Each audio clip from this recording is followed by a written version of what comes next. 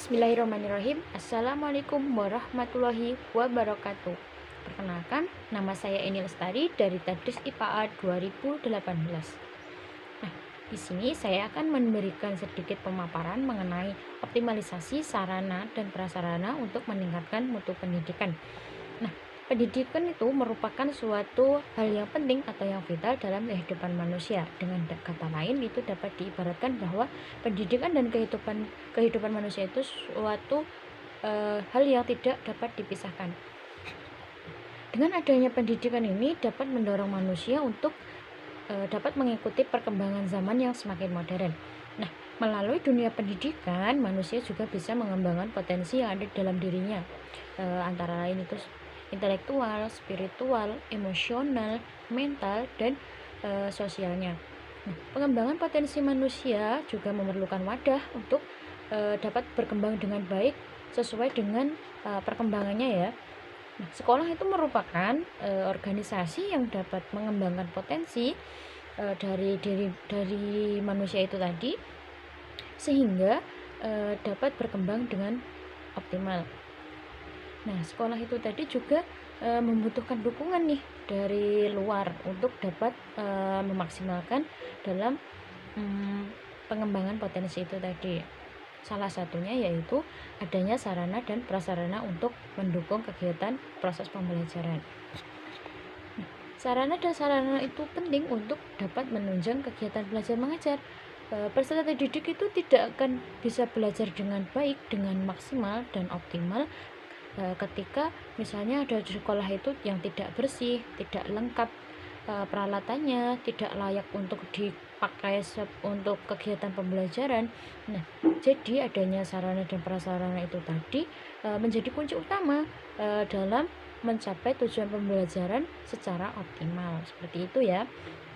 Nah, dengan pentingnya sarana dan prasarana itu tadi harus ada pengelolaan atau manajemen yang baik dari sekolah untuk bisa memberikan kontribusi yang berarti untuk kegiatan proses pembelajaran itu tadi.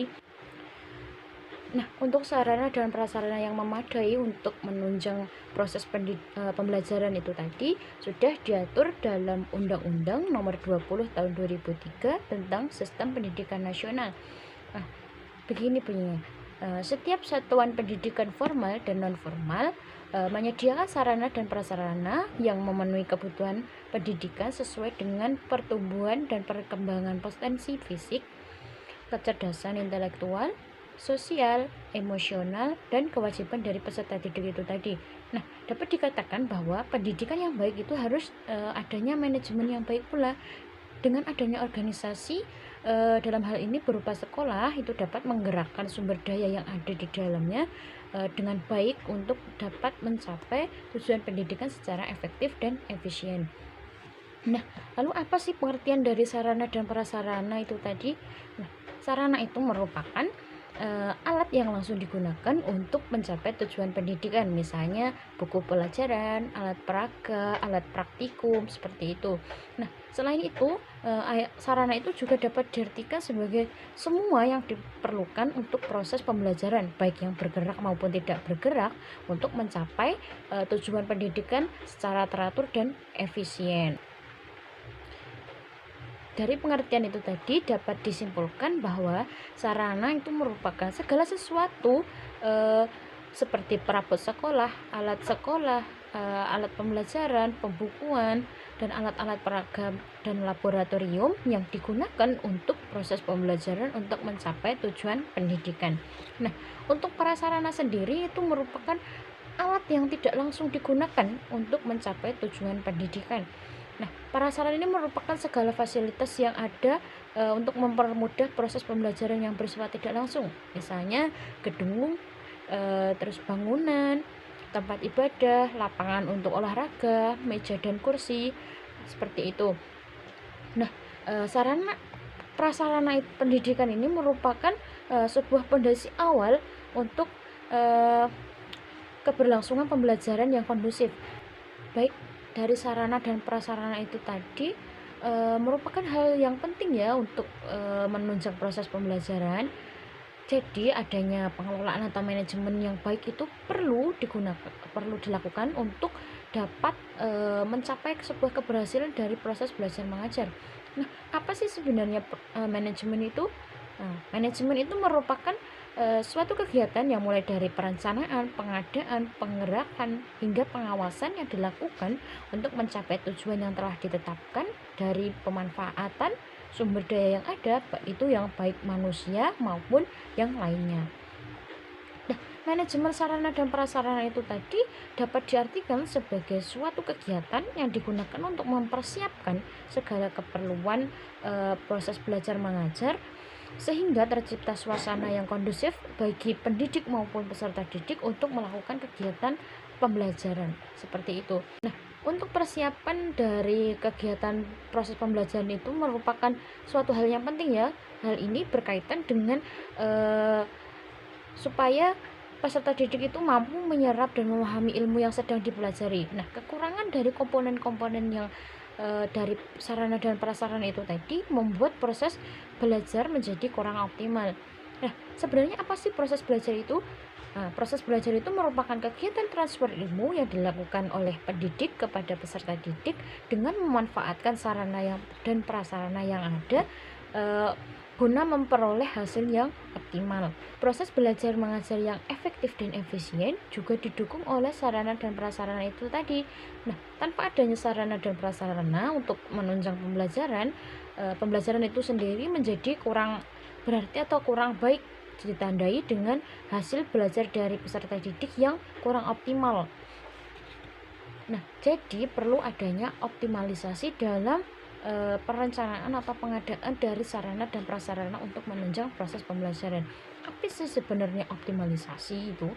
Nah, optimalisasi itu berasal dari kata optimal ya, yang berarti yang terbaik atau tertinggi. Nah, dalam Kamus Besar Bahasa Indonesia itu dijelaskan bahwa optimalisasi merupakan sebagai usaha untuk mengoptimalkan sesuatu atau menjadikan sesuatu itu yang paling baik.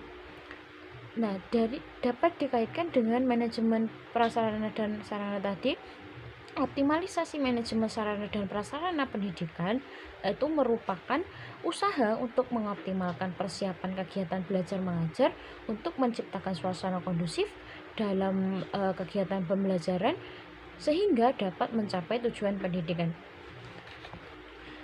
Sebenarnya apa sih tujuan dari manajemen sarana dan prasarana itu tadi? Nah, yang pertama nih ya, merupakan suatu upaya dari sekolah untuk mengadakan sarana dan prasarana yang sesuai dengan kebutuhan pembelajaran. Jadi misalnya sekolah itu membutuhkan alat untuk praktikum IPA, jadi sekolah mengadakan manajemen pengadaan tentang sarana untuk kegiatan pembelajaran IPA seperti alat praktikum, alat laboratorium seperti itu. Jadi upaya sekolah ini gunanya untuk menunjang kegiatan proses pembelajaran supaya bisa mencapai tujuan yang ditargetkan. Yang kedua itu untuk menciptakan suasana yang kondusif untuk proses pembelajaran di sekolah. Jadi misalnya di sekolah itu membangun gedung, menyiapkan kursi dan meja, menyiapkan lapangan untuk olahraga, mengadakan membeli buku pelajaran, membeli alat peraga, itu digunakan untuk menciptakan suasana yang kondusif sesuai pelajaran yang dilakukan oleh pendidik kepada peserta didik. Misalnya untuk pelajaran IPA diadakan alat-alat laboratorium untuk praktikum seperti itu. Bayangkan saja jika tidak ada prasarana, misalnya tidak ada bangunan sekolah, tidak ada kursi dan meja, pasti peserta didik akan tidak nyaman dan tidak bisa konsentrasi untuk belajar. Nah, untuk yang ketiga, adanya sarana dan prasarana yang memadai, baik dari segi kualitas maupun kuantitas ini digunakan untuk menunjang proses pembelajaran. Jadinya kan sarana dan prasarana kan penting untuk menunjang proses pembelajaran. Misalkan saja ada 30 peserta didik dan hanya disediakan satu alat misalnya untuk praktikum. Jadi peserta didik tidak akan maksimal dalam kegiatan proses pembelajaran ini. Kemudian yang keempat itu pemakaian sarana dan prasarana yang efektif dan efisien untuk mencapai tujuan pendidikan. Nah, adanya sarana dan prasarana itu tadi kan digunakan untuk proses menunjang pembelajaran untuk mencapai tujuan pendidikan. Jadi harus ada pengelolaan yang benar-benar menjadikan sarana dan prasarana itu efektif untuk kegiatan pembelajaran. Nah, yang kelima, tujuan dari adanya manajemen sarana dan prasarana ini untuk menjaga keadaannya untuk selalu siap digunakan kapanpun dalam kegiatan pembelajaran dalam jangka waktu yang panjang. Misalnya ada alat-alat praktikum, ada alat-alat laboratorium, alat peraga yang dapat digunakan dalam jangka waktu yang lama ketika disimpan dengan baik dan pada tempat yang sesuai, seperti itu ya. Nah, jadi dapat disimpulkan bahwa sarana dan prasarana itu penting untuk proses kegiatan pembelajaran. Salah satunya yaitu untuk membuat suasana yang kondusif, efektif, dan efisien ketika pembelajaran berlangsung. Nah, hal ini bertujuan untuk supaya siswa itu bisa menyerap dan memahami ilmu yang sedang dipelajari sehingga dapat mencapai tujuan pendidikan yang telah ditargetkan. Nah, sekian yang dapat saya sampaikan. Ada kurangnya mohon maaf. Billahi taufik wal hidayah wa ridha wa inayah. Wassalamualaikum warahmatullahi wabarakatuh.